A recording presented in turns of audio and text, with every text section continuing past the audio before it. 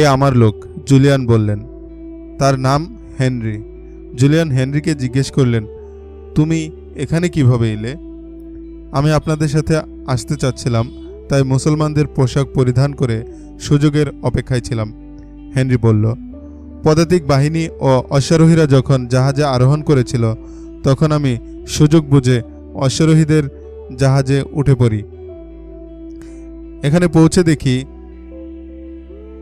সৈনিকরা যার যার কাজে ব্যস্ত হয়ে আছে। এখানকার ফৌজ যে আমাদের পথ আগলে বসে আছে সেদিকে কারো কোনো ভ্রুক্ষেপ নেই। এই এলাকা আমার পরিচিত। আমি এক পাহাড়ি ঝোপের আড়ালে আমার ঘোড়া রেখে সামনে অগ্রসর হই। কিছু দূর অগ্রসর হওয়ার পরই এখানকার ফৌজ আমার দৃষ্টিগোচর হয়।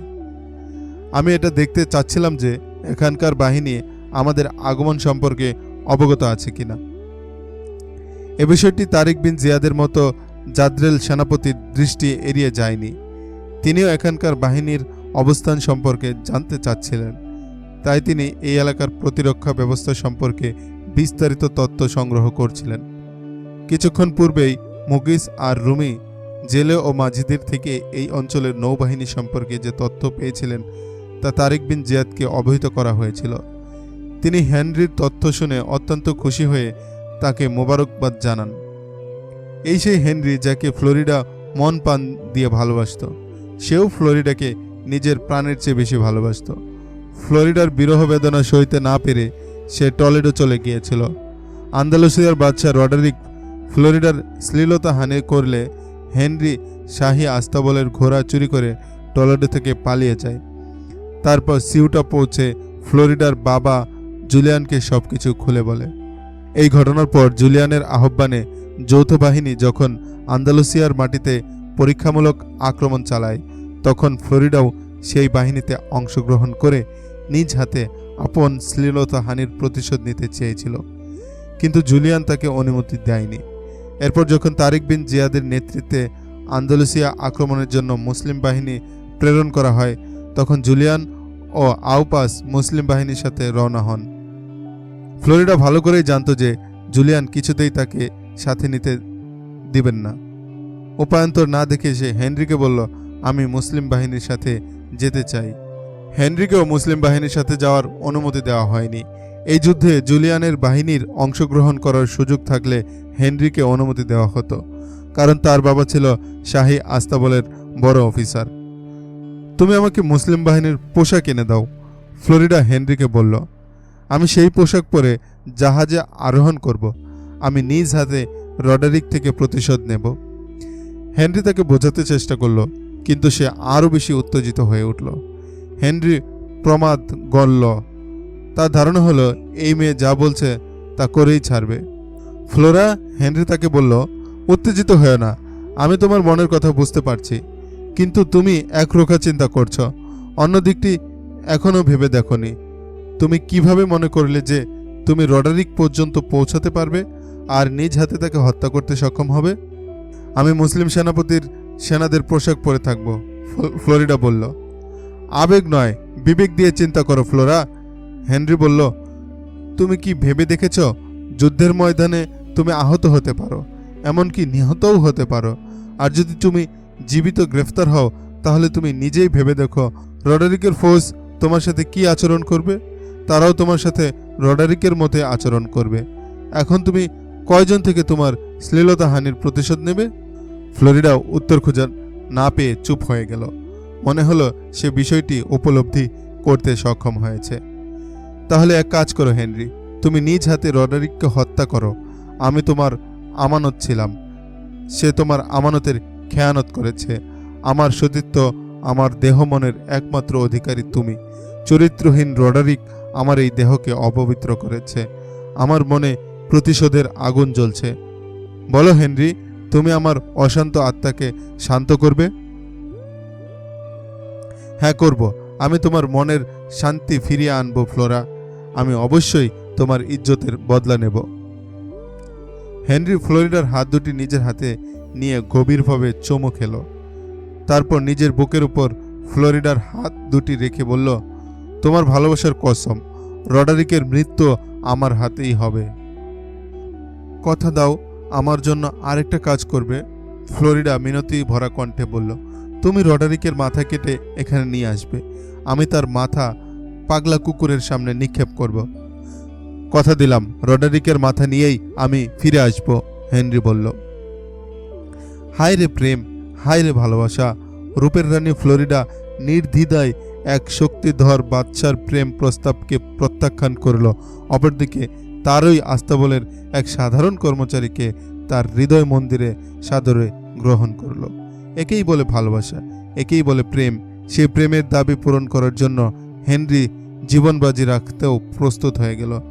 সেই প্রেমের বলে বলিয়ান হয়ে সে তার প্রেমিকাকে কথা দিল তার শ্লীলতা হরণকারী এক প্রতাপশালী বাচ্চার মাথা কেটে এনে তার পদতলে রাখবে। হেনরি তার প্রেমের অগ্নি পরীক্ষায় উত্তীর্ণ হওয়ার জন্য এক মুসলিম সৈন্যের বেশে জাহাজে চড়ে আন্দালুসিয়া এসে পৌঁছল। মুসলিম বাহিনী আন্দালুসিয়া পৌঁছার পর যুদ্ধের সাজ সরঞ্জাম বাধা ছাড়ার জন্য ব্যস্ত হয়ে পড়লে সে সুযোগ বুঝে সেখান থেকে সরে পড়ে। তারপর পরিস্থিতি পর্যবেক্ষণের জন্য সামনে অগ্রসর হয়। তারিক বিন জিয়াদের বাহিনী রওনা হওয়ার পর থেকে ফ্লোরিডা প্রতিদিন নিয়মিত উপাসনালয়ে যেত আর উপাসনা শেষে শুধু এই প্রার্থনাই করত, হে ঈশ্বর, মুসলমানরা যেন বিজয়ী হয় আর হেনরি যেন রডারিকের কর্তৃক মস্তক নিয়ে জীবিত ফিরে আসে। আন্দালুসিয়ার বাহিনী একত্রিত হওয়ার সংবাদ পাওয়া মাত্রই তারিক বিন জিয়াদ তৎক্ষণাৎ তার বাহিনীকে প্রস্তুত হওয়ার নির্দেশ দেন। তিনি নিজে জাবালুত তারিকের একটি উঁচু টিলার উপর উঠে গভীর দৃষ্টিতে চতুর্দিক পর্যবেক্ষণ করেন। সম্ভাব্য আক্রমণ প্রতিহত করার জন্য তার অনুসন্ধানী দৃষ্টি তড়িৎ গতিতে চারপাশ পর্যবেক্ষণ করছিল। তার সাথে মুগিস আর রুমি এবং অভিজ্ঞ সেনাপতি আবু জারুয়া তুরাইফ বিন মালিকও উপস্থিত ছিলেন। তারা নিজেদের পছন্দনীয় যুদ্ধক্ষেত্র নির্বাচনে ব্যস্ত ছিলেন। তারিক বিন জিয়াদ এমন একটি স্থানের প্রতি তাদের দৃষ্টি আকর্ষণ করেন যে স্থানটি উঁচু নিচু টিলা এবং সবুজ গাছগাছালিতে আচ্ছাদিত ছিল। সকল অশ্বারোহীকে টিলা ও গাছগাছালিতে আচ্ছাদিত ওই স্থানটিতে পাঠিয়ে দাও, তারিক তার অধীনস্থ সেনাপতিদেরকে বললেন। অশ্বারোহীদের কমান্ডারদেরকে বলে দাও সে যেন অশ্বারোহীদেরকে নিয়ে ইঙ্গিতের অপেক্ষায় থাকে। তারিক তার সেনাপতিদেরকে নিজ নিজ বাহিনী বিন্যস্ত করার নির্দেশনা দিয়ে নিচে চলে এলেন। এ সকল জেলে ও মাঝিদেরকে আটকে রাখা হয়েছিল তাদেরকে এই বলে ছেড়ে দেওয়া হলো যে তোমরা নিজ নিজ গৃহে চলে যাও, সেখান থেকে বের হয়ে না। তীরন্দাজ বাহিনীর কমান্ডারদেরকে বিশেষ নির্দেশনা দেওয়া হলো। ইতিমধ্যেই সংবাদ এলো আন্দালুসিয়ার বাহিনী এসে গেছে। তারিক বিন জিয়াদ তার সাথে কয়েক প্লাটুন সৈন্য নিয়ে সামনে অগ্রসর হলেন। কিছুদূর অগ্রসর হওয়ার পর থিওমিডরের সাথে তার সাক্ষাৎ হলো। নিরাপত্তা রক্ষীরা থিওমিডরকে চতুর্দিক থেকে ঘিরে রেখেছিল। তারা উচ্চমানের রণপটু ঘোড়ায় চড়ে এসেছিল। তোমরা কারা, কোত্থেকে এসেছ? থিওমিডর বুলন্দ আওয়াজে জানতে চাইল। এখানে কি জন্য এসেছ? এই লোক কি বলছে? তারিক বিন জিয়াদ জিজ্ঞেস করল। থামুন ইবনে জিয়াদ, জুলিয়ান তারিক বিন জিয়াদকে বলেন, আমি তার প্রশ্নের উত্তর দিচ্ছি। জুলিয়ান তার ঘোড়া সামনে অগ্রসর করে বুলন্দ আওয়াজে বলল, জানতে চাচ্ছ আমরা কে, কোত্থেকে এসেছি আর কেন এসেছি? শুনে রাখো, আমরা আন্দালুসিয়া দখল করার জন্য এসেছি। নিমক হারাম, থিওমিডর হুঙ্কার ছেড়ে বলল, তুই আমাদের করদ রাজা হয়ে আমাদের রাজ্যে হামলা করতে চেয়ে এসেছিস? তুই কাদেরকে তোর সাথে এনেছিস? এরা তোর বাহিনী নয়। তুই ইতিপূর্বে এখানে লুটতরাজ করেছিস, তাই তোর সাহস বেড়ে গেছে। ভেবেছিস এবারও জান নিয়ে পালিয়ে যেতে পারবি? এখনো সুযোগ আছে, তোর এই নির্বোধ সৈন্যদেরকে ফিরিয়ে নিয়ে যা। আমার বাহিনীর দিকে তাকিয়ে দেখ, তোর কাছে তো দেখছি কোনো অশ্বারোহীও নেই। আমার বাহিনী তোর বাহিনীর চেয়েও সংখ্যায় দ্বিগুণ। তারিক বিন জিয়াদকে দোভাষীর মাধ্যমে জুলিয়ান ও থিওমিডরের কথোপকথন তর্জমা করে শোনানো হচ্ছিল। তারিক বিন জিয়াদ যুদ্ধের ডঙ্কা বাজাতে বললেন। যুদ্ধের ডঙ্কা বাজার সাথে সাথে তারিক তার বাহিনীকে হামলার নির্দেশ দিলেন। থিওমিডর এই আত্মপ্রশান্তিতে নিমগ্ন ছিল যে তার নিকট মুসলিম বাহিনীর তুলনায় দ্বিগুণ সৈন্য ও 1000 অশ্বারোহী আছে। মুসলিম পদাতিক বাহিনী নারায়ে তাকবীর বলে সামনে অগ্রসর হল। থিওডমির তার রক্ষী বাহিনীর সাথে পিছে হেঁটে এলো। তার যুদ্ধে অংশগ্রহণ করার কোনো প্রয়োজন ছিল না। তার বিশ্বাস ছিল বিজয় তার বাহিনীই করবে। অপরদিকে তারিক বিন জিয়াদ আক্রমণকারী বাহিনীর সর্বাগ্রে ছিলেন। থিওডমির তার 1000 অশ্বারোহীকে পদাতিক বাহিনীর পেছনে রেখে দিল। উভয় বাহিনী সংঘর্ষে লিপ্ত হল। মুসলিম বাহিনীর জানা ছিল এই যুদ্ধ তাদের জীবন মরণের প্রশ্ন জড়িয়ে আছে। ফিরে যাওয়ার কোনো উপায় তাদের নেই। তারা নিজ হাতে তাদের রণতরীগুলো জ্বালিয়ে দিয়েছে। সেনাপতি তারিক বিন জিয়াদের জ্বালাময়ী ভাষণ তাদের প্রাণে নতুন এক আশার সঞ্চার করেছিল। সৈন্যদের সকলেই ছিল উদ্দীপ্ত, উৎসর্গিত প্রাণ। তারিক বিন জিয়াদ অল্প কিছু সৈন্য নিয়ে প্রচণ্ড বিক্রমে শত্রুপক্ষের উপর ঝাঁপিয়ে পড়লেন, কিন্তু কিছুক্ষণের মধ্যে তিনি পিছু হটতে বাধ্য হলেন। তার অধীনস্থ কমান্ডারগণও কিছু পিছু হটতে লাগলেন। এদেরকে জীবন নিয়ে পালিয়ে যেতে দিও না। ঢাল তলোয়ারের বিকট আওয়াজ আর আহত সৈনিকদের মর্মবেদী আর্তনাদ ছাপিয়ে থিওডমির হুঙ্কার ছেড়ে বলল, এরা পালিয়ে যাচ্ছে, এরা যেন কিছুতেই পালাতে না পারে। এদের পিছু ধাওয়া করো, প্রত্যেককে টুকরো টুকরো করে ফেলো। তারিক বিন জিয়াদ আরও ক্ষিপ্র গতিতে তার বাহিনী পিছে সরিয়ে আনলেন। শত্রু বাহিনীও ততোধিক ক্ষিপ্র গতিতে পিছু ধাওয়া করে সামনে অগ্রসর হতে লাগল। তারিক তার বাহিনীকে 3 ভাগে বিভক্ত করে দিলেন। মধ্যভাগের কমান্ডার ছিল তার নিজ হাতে। এই অংশের সৈন্যদের দিয়েই তিনি আক্রমণ রচনা করেছিলেন। তাদেরকে নিয়েই তিনি পিছু হটতে আসছিলেন। সৈন্যরা দ্রুত পিছু হটে আসছিল। তাদের মুখের নারায়ে তাকবীর ধ্বনি বন্ধ হয়ে গিয়েছিল। মুসলিম বাহিনী পিছু হটতে হটতে এমন এক স্থানে এসে পৌঁছল যেখানে গাছগাছালির আধিক্য ছিল, আর অপরদিকে ছিল উঁচু উঁচু পাহাড়ি টিলার সারি।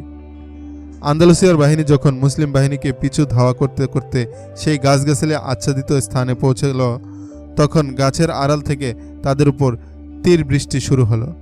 টিলার পিছনেও মুসলিম তীরন্দাজরা আত্মগোপন করেছিল। তারাও শত্রু বাহিনীর উপরে তীর নিক্ষেপ করতে শুরু করল। আন্দালুসিয়ার এই বাহিনীতে পদাতিক সৈন্যের সাথে অশ্বারোহী ছিল। তীরন্দাজ বাহিনী একেবারে নিকট থেকে তীর নিক্ষেপ করছিল, তাই তাদের কোনো তীরই লক্ষ্যভ্রষ্ট হচ্ছিল না। প্রতিটি তীরই উদ্দিষ্ট শত্রুর বুকে সমূলে বিদ্ধ হচ্ছিল। আন্দালুসিয়ার বাহিনীর আগমনের সংবাদ শুনে তারিক বিন জিয়াদ তীরন্দাজ বাহিনীকে যে বিশেষ নির্দেশনা দিয়েছিলেন, এটাই হলো তার নিগুড় রহস্য। তারিক বিন জিয়াদের নির্দেশ মতো তীরন্দাজ বাহিনীর সদস্যগণ পূর্ব থেকে গাছের আড়ালে টিলার পিছনে ওত পেতেছিল। তারিক বিন জিয়াদের পিছু হটার উদ্দেশ্য ছিল শত্রু বাহিনীকে তীরন্দাজদের তীরের নেশার মধ্য নিয়ে আসা। তার এই কৌশল সফল হলো। পিছু ধাওয়া করে আসা সৈনিকদের সকলেই বেঘোরে মারা পড়ল। ঘোষণা করে দাও, ঘোড়াগুলোকে যেন নিশানা বানানো না হয়।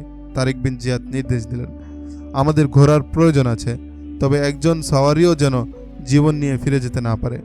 সুউচ্চ আওয়াজে তারিক বিন জিয়াদের নির্দেশ ঘোষিত হলো। থিওডমির তার পদাতিক ও অশ্বারোহীদের করুণ পরিণতি নিজ চোখে অবলোকন করল। তার নিকট তখনও অনেক সৈন্য ছিল। এদিকে মুসলিম বাহিনীর অন্য 2 অংশের একটি ডাইনে, অপরটি বায়ে দাঁড়িয়েছিল। থিওডমির একই সাথে 3 বাহিনীর ওপর আক্রমণের নির্দেশ দিল। তারিক বিন জিয়াদের পূর্ব নির্দেশনা অনুযায়ী ডান পার্শ্ব ও বাম পার্শ্বের বাহিনী আরও পিছু হটে এলো। উদ্দেশ্য হল রণাঙ্গন যেন প্রশস্ত হয় এবং শত্রুপক্ষ যেন বিক্ষিপ্তভাবে ছড়িয়ে পড়ে। বারবার জাতি ছিল রক্ত পিপাসু যোদ্ধা। প্রতিপক্ষের রক্ত ঝরানোই ছিল তাদের মূল নেশা। ইসলাম তাদেরকে লড়াই করার জন্য নতুন মন্ত্রে উজ্জীবিত করছিল। তাদের সামনে তুলে ধরা ছিল জীবনের এক নতুন উদ্দেশ্য। ফলে তাদের লড়াই করার ভঙ্গি পাল্টে গিয়েছিল। খ্রিস্টান ঐতিহাসিকগণ লিখেছেন, আন্দালুসিয়ার বাহিনীর মাঝে লড়াই করার সেই উদ্যম আর উদ্দীপনা ছিল না, যে উদ্যম আর উদ্দীপনা মুসলিম বাহিনীর মাঝে ছিল। আন্দালুসিয়ার সৈনিকরা বাদশার অধীনস্থ চাকর ছিল। তারা বেতন পেয়ে লড়ত আর বেতন পাওয়ার জন্য বেঁচে থাকতে চাইত। তাদের বড় বড় ধর্মীয় ব্যক্তিত্ব ও পাদ্রীরা রাজা, বাদশা ও আমির উমরাদের মতো বিলাসবহুল জীবনযাপন করত। আন্দালুসিয়ায় ইহুদি সম্প্রদায়ের উল্লেখযোগ্য সংখ্যক লোক বসবাস করত, কিন্তু খ্রিস্টানরা তাদেরকে গোলাম বানিয়ে রেখেছিল। ইহুদি নারীদের মতো ইজ্জতের কোনো নিরাপত্তা ছিল না। কোনো রূপসী ইহুদি মেয়ের প্রতি পাদ্রির কুদৃষ্টি পড়লে তাকে গির্জার সম্পত্তি গণ্য করা হতো। বলা হতো এই মেয়েকে গির্জার নান বানানো হবে, কিন্তু বাস্তবে তাকে পাদ্রির রক্ষিতা করে রাখা হতো। উচ্চপদস্থ কর্মকর্তা ধর্মগুরুদের স্বভাব আচরণ সাধারণ সৈনিকদের মাঝেও মন্দ প্রভাব বিস্তার করেছিল। জেলে ও মাঝিরা এ কারণেই মুগিস আর রুমিকে বলেছিল তাদের রাজ্যের সৈন্যরা কোনো সুশ্রী যুবতী মেয়েকে দেখলে জবরদস্তি করে তাকে উঠিয়ে নিয়ে যেত। মুসলিম বাহিনী অত্যন্ত বীরত্ব ও সাহসিকতার সাথে আন্দালুসিয়ার বাহিনীর মোকাবেলা করছিল। তারা সংখ্যায় ছিল অল্প, কিন্তু সুশৃঙ্খল রণকৌশল আর অসম সাহসিকতার কারণে তারা শত্রুপক্ষের নিকট মূর্তিমান আতঙ্ক হয়ে দাঁড়িয়েছিল। থিওডোমিরের ধারণা ছিল তার বিশাল বাহিনী অল্প সংখ্যক মুসলিম সৈন্যদেরকে কেটে টুকরো টুকরো করে সমুদ্রে ভাসিয়ে দেবে, কিন্তু পিছন দিকের আতর্কিত হামলা থিওডোমির বাহিনীর মাঝে কিয়ামতের বিভীষিকা ছড়িয়ে দিল। তারিক বিন জিয়াদ পূর্বেই এর ব্যবস্থা করে রেখেছিলেন। তিনি অশ্বারোহী বাহিনীকে শত্রুপক্ষের পিছনে অবস্থিত টিলাসমূহের মাঝে আত্মগোপন করে থাকার নির্দেশ দিয়েছিলেন। তারিক বিন জিয়াদের নেতৃত্বে যে সকল সৈনিক রণাঙ্গন থেকে পিছু হটে এসেছিল, তিনি তাদেরকে ঘোরপথে টিলার আড়ালে অপেক্ষারত অশ্বারোহী বাহিনীর নিকট নিয়ে এলেন। অশ্বারোহী বাহিনীর সদস্য ছিল মাত্র 300। তিনি পদাতিক ও অশ্বারোহী উভয় বাহিনীকে নির্দেশ দিলেন তারা যেন অতি ক্ষিপ্র গতিতে টিলার আড়াল থেকে বের হয়ে আন্দালুসিয়ার বাহিনীর পিছনের অংশে আক্রমণ চালায়। তারিক বিন জিয়াদের এই যুদ্ধ কৌশল থিওডোমিরের ধারণার অতীত ছিল। তার ধারণা ছিল তার পিছন দিক নিরাপদ। এই হামলার নেতৃত্ব তারিক বিন জিয়াদ নিজেই দিচ্ছিলেন। তার অন্য দুই সেনাপতি মুগিস আর রুমি আর আবু জারুয়া তুরাইফ সম্মুখ ভাগে আন্দালুসিয়ার বাহিনীর মোকাবেলা করছিলেন। তারা পিছন দিক থেকে তারিকের আক্রমণের অপেক্ষা করছিলেন। তারিক বিন জিয়াদ 300 অশ্বারোহী আর প্রায় 2000 পদাতিক সৈন্য নিয়ে পিছন দিক থেকে আন্দালুসিয়ার বাহিনীর উপর ঝাঁপিয়ে পড়ল। এই আচানক বিপদ সম্পর্কে থিওডোমির অবগত হওয়ার পূর্বেই তার বাহিনীর প্রায় 2000 যোদ্ধা মৃত্যুর শিকারে পরিণত হলো। আর যারা আহত হলো তাদের ভয়ঙ্কর চিৎকার আর মর্মভেদী আর্তনাদ অন্যান্য সৈনিকদেরকে হতবিহল করে তুলল। অল্প সময়ের মধ্যেই আন্দালুসিয়ার বাহিনী ছত্রভঙ্গ হয়ে গেল। তারা উদ্দেশ্যহীনভাবে ছোটাছুটি করতে শুরু করল। তারিক বিন জিয়াদের প্ল্যান অনুযায়ী মুগিস আর রুমি আর আবু জুরাআ তুরাইফ তাদের বাহিনীকে পূর্বের চেয়ে অধিক বিক্রমে আক্রমণ করার নির্দেশ দিলেন। আক্রমণের তীব্রতায় দিক বিদিক জ্ঞানশূন্য হয়ে আন্দালুসিয়ার বাহিনী রণাঙ্গন ছেড়ে ভাগতে লাগল। অশ্বারোহীরা আহত হয়ে ঘোড়া থেকে পড়ে গেল। আরোহীবিহীন ঘোড়াগুলো এলোপাতাড়ি ছুটোছুটি করে এক ভীতিকর পরিবেশ সৃষ্টি করল। এ সময় তারিক বিন জিয়াদ নির্দেশ দিলেন শত্রুপক্ষের ঘোড়াগুলোর যেন কোনো ক্ষতি না হয়। ঘোড়াগুলোকে অক্ষত অবস্থায় ধরতে হবে, এগুলো পরবর্তীতে আমাদের কাজে লাগবে। মুহুর্মুহুর রণহুঙ্কার আর ঢাল তলোয়ারের ঝনঝনাতে ভীত সন্ত্রস্ত ঘোড়াগুলো এলোপাথারি ছুটোছুটি করছিল। ছোটন্ত ঘোড়ার খুরের আঘাতে অনেক পদাতিক সৈন্য নিহত হল। তারিক বিন জিয়াদের তীরন্দাজ বাহিনী আন্দালুসিয়ার সৈন্যদের মৃত্যুদূত হয়ে আবির্ভূত হল। তারা এক গাছ থেকে নেমে অন্য গাছে আরোহণ করত আর একেবারে কাছে থেকে তীর নিক্ষেপ করত। থিওডোমির বাহিনীর শৃঙ্খলা একেবারেই তছনছ হয়ে গেল। সৈনিকরা একজন একজন করে রণাঙ্গন ছেড়ে ভাগতে শুরু করল। কোনো সৈনিকই থিওমিডের নির্দেশের প্রতি ভ্রুক্ষেপও করল না। তার বাহিনীর প্রায় অর্ধেক সৈন্য মারা পড়ল। কোনো সৈনিক যদি আহত হয়ে মাটিতে পড়ে যেত তাহলে সেও পদপিষ্ট হয়ে মৃত্যুবরণ করত। মুগিস, জুলিয়ান ও আউপাস হন্তদন্ত হয়ে মুগিস আর রুমির নিকট এসে বললেন, কয়েকজন জানবাজ যোদ্ধাকে নির্দেশ দাও তারা যেন থিওডোমিরকে জীবিত গ্রেফতার করে। রণাঙ্গনের পরিস্থিতি দেখেছেন? মুগিস বলল, এই পরিস্থিতিতে তার নিকট পৌঁছা সম্ভব নয়। 5-6 জন বারবার যোদ্ধা আমাকে দাও, আউপাস বলল। আমি আপনাকে আমার বাহিনীর 4 জন অশ্বারোহী দিচ্ছি, মুগিস আউপাসকে বললেন। আউপাস 4 জন অশ্বারোহী যোদ্ধাকে সাথে নিয়ে চলে গেল। আন্দালুসিয়ার বাহিনীর এক সহকারী সেনাপতি থিওডোমিরকে লক্ষ্য করে বলল, থিওডোমির, আপনি কি শত্রুর হাতে নিহত হওয়ার প্রস্তুতি নিচ্ছেন? আমাদের আর কি করার আছে? তুমি কি আমাকে রণাঙ্গন থেকে পালানোর পরামর্শ দিচ্ছ? থিওডমির তার সহকারীকে বলল। এখনই পতাকা গুটিয়ে এখান থেকে সরে পড়ুন, সহকারী সালার বলল। আমাদের অর্ধেক সৈন্য নিহত হয়েছে, অন্যরা রণাঙ্গন ছেড়ে পলায়ন করছে। থিওডমির সবকিছুই দেখতে পাচ্ছিল।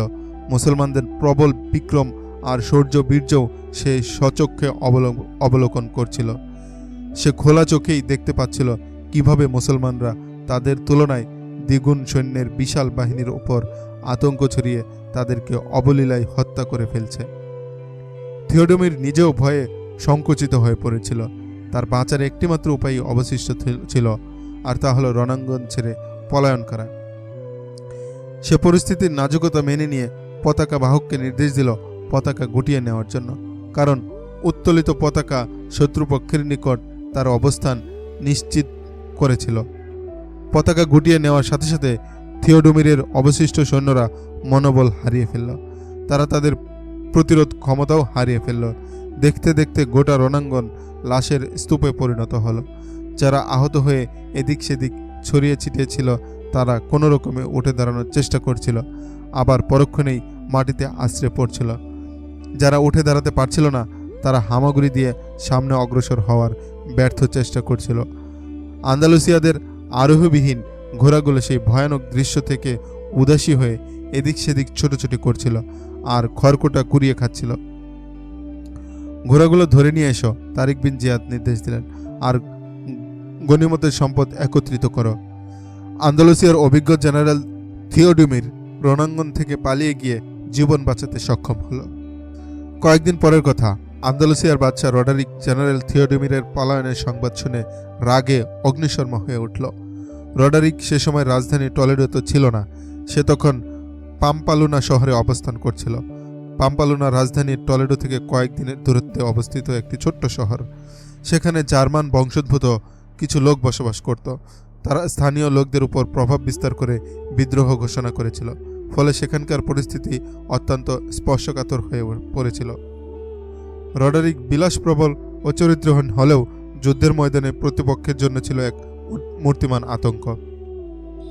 শক্তিধর শত্রুর উপরেও সে বজ্রের ন্যায় হুঙ্কার ছেড়ে ঝাঁপিয়ে পড়ত। তার শাহী গাম্ভীর্য বিনষ্ট হয় এমন কোনো আচরণ সে বরদাস্ত করত না। বিদ্রোহীদের জন্য সে ছিল সাক্ষাৎ মৃত্যুদূত।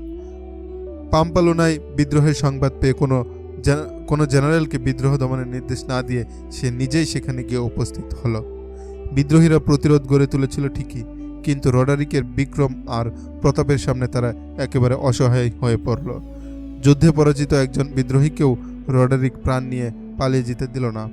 বিদ্রোহীদের লিডারদেরকে গ্রেফতার করা হলো। সে আন্দালুসিয়ার অধিবাসী ছিল না। তার কয়েকজন সঙ্গী সাথীকেও গ্রেফতার করা হলো। গ্রেফতারের পর তাদের উপর যে গজব নেমে এসেছিল তা থেকে তাদের ঘরের নারীরাও বাঁচতে পারেনি। বন্দী বিদ্রোহীদের উপর এমন নির্মম নির্যাতন চালানো হলো যে তাদের বেঁচে থাকার কোনো আশা করা যেত না, কিন্তু তাদেরকে মরতেও দেওয়া হতো না। রডারিক তাদেরকে নির্যাতন করে আধমরা করে রাখত।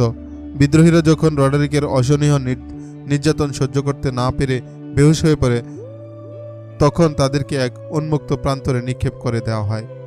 তারপর শহরের আদিবাসীদের সেখানে একত্রিত করে একজন ঘোষকের মাধ্যমে ঘোষণা করা হতো, এরা রাষ্ট্রদ্রোহী, এরা গাদ্দার। আন্দালুসিয়ার মহামান্য বাদশার শৌর্যবীর্য সম্পর্কে এরা অবগত ছিল না। প্রতিদিন এসে এদের করুণ পরিণতি দেখে যেও, এদের থেকে শিক্ষা গ্রহণ করো। এরা রাষ্ট্রদ্রোহী, এরা গাদ্দার। এ সকল বিদ্রোহীদের স্ত্রী কন্যাদের সাথে অত্যন্ত লজ্জাজনক আচরণ করা হতো। রাতের অন্ধকার নেমে এলে তাদের সাথে এ সকল নারীদেরকে উলঙ্গ করে রডারিকের সাধারণ মজলিসে নাচাতে বাধ্য করা হতো। সামান্য অবাধ্য হলে তাদেরকে চাবুকের আঘাত সহ্য করতে হতো।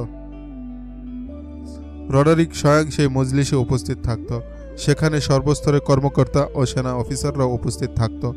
এ সকল লোকেরা নির্যাতিত মহিলাদের সাথে অশোভন আচরণ করত আর অট্টহাসিতে ফেটে পড়ত। অবশেষে মদ খেয়ে উন্মাদ হয়ে সকল অফিসারই একজন করে মহিলাকে ধরে নিয়ে যেত। ঐতিহাসিক ওয়েলমেকার উস্তনিয়া নামক এক অল্প বয়স্ক বালিকার ঘটনা সবিস্তারে লিপিবদ্ধ করেছেন। তিনি লিখেছেন, উস্তেনিয়ার বয়স তখন 14 কি 15 হবে। সে ছিল বিদ্রোহীদের সর্দারের কন্যা। এই অল্প বয়স্ক বালিকাকে রডারিক নিজের জন্য রেখে দিয়েছিল। সে তার সাথে এমন পাশবিক আচরণ করত যে বনের পশুরাও লজ্জায় মুখ ফিরিয়ে নিত। পাম্পালোনার যে স্থানটিতে সে ছাউনি গিরেছিল সেখান থেকে প্রায়ই অল্প বয়স্কা বালিকার মরণ চিৎকার শোনা যেত। কিছুক্ষণ হয় সূর্য অস্ত গেছে। রাতের অন্ধকার অতি দ্রুত যুদ্ধ বিধ্বস্ত পাম্পালোনাকে গ্রাস করে নিচ্ছে। রোজকার মতো আজও সাধারণ মজলিসের আয়োজন জমকালো রূপ ধারণ করেছে। বিদ্রোহীদের স্ত্রী কন্যাদেরকে উলঙ্গ অবস্থায় নাচতে বাধ্য করা হচ্ছিল। অল্প বয়স্কা উস্তানিয়াকে রডারিক তার কোলে বসিয়ে রেখেছিল। উপস্থিত সকলের হাতেই ছিল পানপাত্র। দাসদাসীরা সুরাহি হাতে শরাব পরিবেশন করছিল। এমন সময় রডারিককে সংবাদ দেওয়া হলো টলেডো থেকে থিওমিডিরের বার্তাবাহক এসেছে। সে এখনই রডারিকের সাথে সাক্ষাৎ করতে চায়। রডারিকের ইঙ্গিতে বার্তাবাহককে তার সামনে এনে দাঁড় করানো হলো। বার্তাবাহক লিখিত ফরমান তার নিকট সোপর্দ করল। সে তার এক সভাসদকে বলল বার্তাটি পড়ে শোনার জন্য, আর অন্যদের লক্ষ্য করে সে তালে বাজালো। সাথে সাথে সেখানে এমন পিন পতন নীরবতা ছেয়ে গেল যে মনে হলো সেখানে কোনো মানুষের অস্তিত্বই নেই। সভাসদ বার্তাটি পড়তে লাগলো। আন্দালুসিয়ার মহামান্য শাহেনশাহের দরবারে শত সহস্র ভক্তি ও শ্রদ্ধা নিবেদন করছে। মহানুভবের এই অধম গোলাম আজীবন শাহী খানদানের মান মর্যাদা ও রাজত্বের সার্বভৌমত্ব রক্ষার জন্য জীবনবাজি রেখে যুদ্ধ করেছে। এই অধম সকল যুদ্ধেই বিজয়ের মালা ছিনিয়ে আনতে সক্ষম হয়েছে। সভাসদ কিছুটা উচ্চ আওয়াজে বার্তাটি পড়ে শোনাচ্ছিল। যেখানেই বিদ্রোহীরা মাথা উঁচু করে দাঁড়ানোর চেষ্টা করেছে, শাহী খানদানের এই আজ্ঞাবাহী গোলাম সেখানেই মৃত্যুদূত হয়ে আবির্ভূত হয়েছে। সে বিদ্রোহীদেরকে জীবনের পরপারে পৌঁছে দিয়ে তবেই ক্ষান্ত হয়েছে। অতিবর নিন্দুকও বলতে পারবে না যে থিওডোমির কোনো যুদ্ধে পরাজিত হয়েছে, কিন্তু তারা হয়তো কোনো জিন ভূত হবে। তারা আমার অর্ধেক সৈন্যকে হত্যা করেছে, আর বাকি অর্ধেক তাদের ভয়ে রণাঙ্গন ছেড়ে পালিয়ে গিয়েছে। তুমি ঠিক পড়ছো তো? রডারিক তার কোলে বসিয়ে রাখা মেয়েটিকে ধাক্কা দিয়ে সরিয়ে দিয়ে জিজ্ঞেস করল। অর্ধেক সৈন্য নিহত হয়েছে আর অন্যরা পালিয়ে গেছে, কি আবল তাবল পড়ছো? তারা জিন ভূত ছিল, ভালো করে পড়ো। সভাসদ পুনরায় পড়তে শুরু করলো। তারা 4টি বিশাল আকৃতির রণতরীতে করে এসেছিল। সমুদ্র সৈকতে অবতরণ করা মাত্রই তারা সেগুলো থেকে আগুন লাগিয়ে দেয়। তৎক্ষণাৎ আমাকে সংবাদ দেওয়া হয়। আমি আমার সকল সৈন্য নিয়ে ঘটনাস্থলে উপস্থিত হই। শত্রু বাহিনীর সংখ্যা আমার বাহিনীর অর্ধেক ছিল। সংখ্যাধিক্যের কথা বিবেচনা করলে আমার সৈন্যদের উচিত ছিল তাদেরকে কেটে টুকরো টুকরো করে ফেলা, কিন্তু তারা এমন সুশৃঙ্খলভাবে লড়াই করেছিল যে আমার সৈন্যরা ভীত সন্ত্রস্ত হয়ে পড়ে। তারা গাছের আড়াল থেকে, পাথরের আড়াল থেকে অনবরত তীর নিক্ষেপ করে চলছিল। তাদের একটি তীরও লক্ষ্যভ্রষ্ট হচ্ছিল না। তাদের একজন অশ্বারোহী দৃষ্টগোচর হচ্ছিল না। কিন্তু হঠাৎ পিছন থেকে তাদের অশ্বারোহীরা আমাদের বাহিনীর উপর আক্রমণ করে বসে। তারা আমাদের উপর এমন চূড়ান্ত আঘাত হানে যে আমরা তাদের আঘাত প্রতিহত করে পিছু হটে আসার মতো কোনো সুযোগই পাইনি। থিওডোমির তার এই পত্রে পরাজয়ের বিস্তারিত বিবরণ দেওয়ার পর এমন একটি তথ্য উল্লেখ করে যা আজও ইতিহাসের পাতায় সংরক্ষিত হয়ে আছে। সে লিখেছে, এটা জানা সম্ভব হয়নি যে এরা কারা আর কোথা থেকেই বা এসেছে। তারা যেই হোক আর যেখান থেকে আসুক, বাস্তব সত্য হলো তারা অত্যন্ত রক্তপিপাসু ও ভয়ঙ্কর এক জাতি। হতে পারে তারা দস্যু বাহিনী, লুটতরাজ করাই তাদের কাজ। লুটতরাজ শেষে হয়তো তারা তাদের রাজ্যে ফিরে যাবে, কিন্তু এখানেই তাদেরকে নিঃশেষ করে দেওয়া উচিত। আমার সৈন্য সংখ্যা তাদের দ্বিগুণ ছিল। এখন আমার আরও বেশি সৈন্যের প্রয়োজন। সবচেয়ে গুরুত্বপূর্ণ কথা হলো আমাদের করদ রাজা সিউটার জুলিয়ান আর আর্টিজার ভাই আউপাসও এই অদ্ভুত বাহিনীর সাথে আছে। জুলিয়ান রডারিক অবাক হয়ে হুঙ্কা ছেড়ে বলল, আউপাস? মৃত্যু তাদেরকে এখানে টেনে এনেছে, আমি বুঝতে পেরেছি। রডারিক রাগে গোসায় লম্বা লম্বা পা ফেলে কামরার এক কোণ থেকে আরেক কোণে পায়চারি করা শুরু করল। থিওডোমির কাপুরুষতার পরিচয় দিয়েছে। রডারিক দাঁত কিরমির করে চিবিয়ে চিবিয়ে বলল, তার বেঁচে থাকার কোনো অধিকার নেই। আক্রমণকারী কারা এটা দেখার মতো হুঁশও তার ছিল না। জুলিয়ান আর আউপাস আমার থেকে প্রতিশোধ নেওয়ার জন্য এসেছে। তাদের নিজস্ব বাহিনীর সাথে তারা বারবারদেরকে হয়তো নিয়ে এসেছে। থিওডোমিরের সাহায্যে সেখানে আমি আর কোনো সৈন্য পাঠাবো না। আমি নিজেই ওখানে যাব। জুলিয়ানের মেয়ে ফ্লোরিডাকে আমার মহলে নিয়ে আসব। এসব বদনসিবদের জানা নেই আমি গাদ্দারের কি শাস্তি দিয়ে থাকি।